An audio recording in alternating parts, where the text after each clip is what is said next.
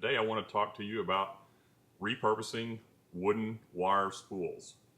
You can find these things just about anywhere, and I'll talk about that later in the clip, but they come in pretty handy and they're pretty neat to work on.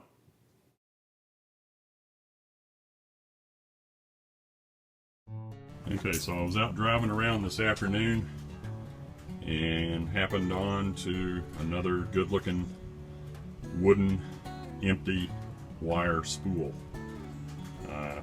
You can find these things at like the big electrical supply houses, and a lot of them just throw the things away. It's probably a good idea to check with them if there's anybody there to make sure that you can have them before taking them, because you don't want to get in trouble for stealing. But anyway, another cool project. Here are some shots of other times I picked up some spools. And as you can see, the ones I get are oftentimes only as big as the back of my vehicle will allow. In this shot, you can see that I got one that is quite large, but I was also able to sneak in a small one up towards the front of the vehicle. It's always a good idea, if you're going to be hauling these in the back of your SUV like me, carry along an old blanket or a quilt or something like that that you can put down, and a good pair of work gloves wouldn't be bad also.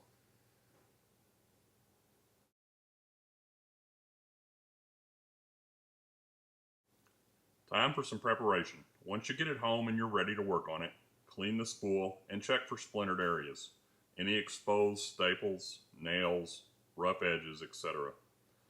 Get a hammer, pull out the staples and nails, or hammer them in if need be, and roughly sand, or if need be, you could even get a rasp to work over the extremely rough edges. Don't get too carried away in this process, because the beauty in these is their rustic industrial look. In this case, this is one that I'm storing in my garage to keep it out of the weather until I'm ready to stain it.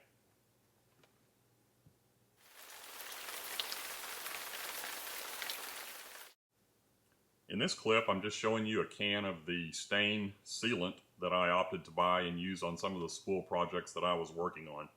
I think I found this either at my Lowe's or Home Depot store close to where I live.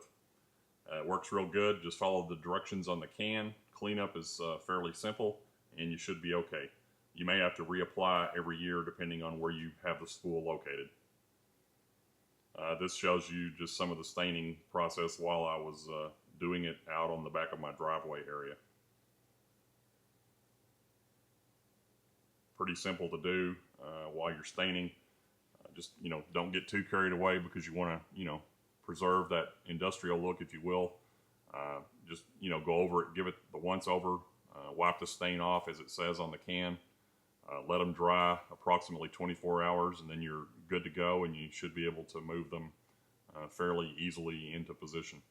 It also helps that they're round. You can flip them up on their side and roll them to where you want them. Just be careful not to damage the edges that you've already cleaned up or stained, etc. It might be easier just to haul them, into place with a dolly or something.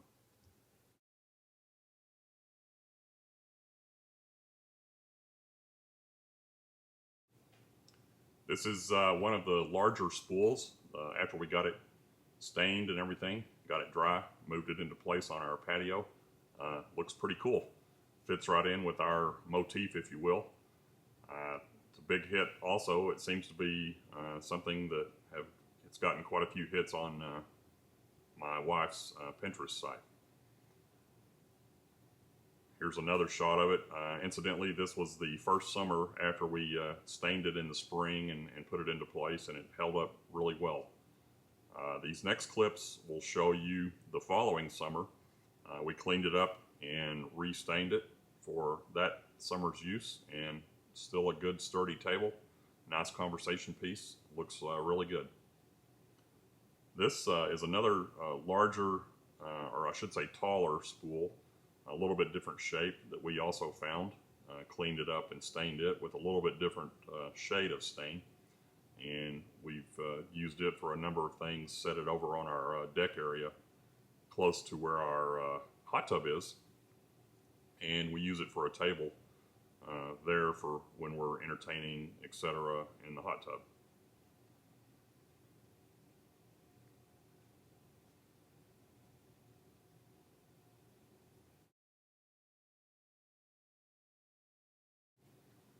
all of the spools that we found were not suitable for use, so we were able to clean up the ends of them and use those for decoration, like in this clip.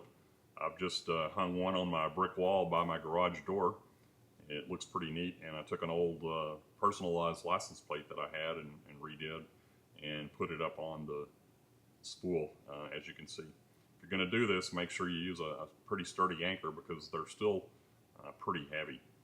And like in this particular case, the core or the center of the spool was just a cardboard tube, and it had also been out in the weather, so it was already deteriorating and wouldn't have been a good table anyway. The other end of this spool is in this shot here, and we used it on our fire pit when we're not actually having a fire in our fire pit. We use it for a tabletop because it's about the same size as the top of our fire pit. So it comes in pretty handy. You can use these things for a multitude of things, tables, what have you. If they're too old and nasty to stain them, you can always paint them and place them out in your yard. Thanks for watching. For other DIY projects, visit my YouTube channel, DIY Adventure.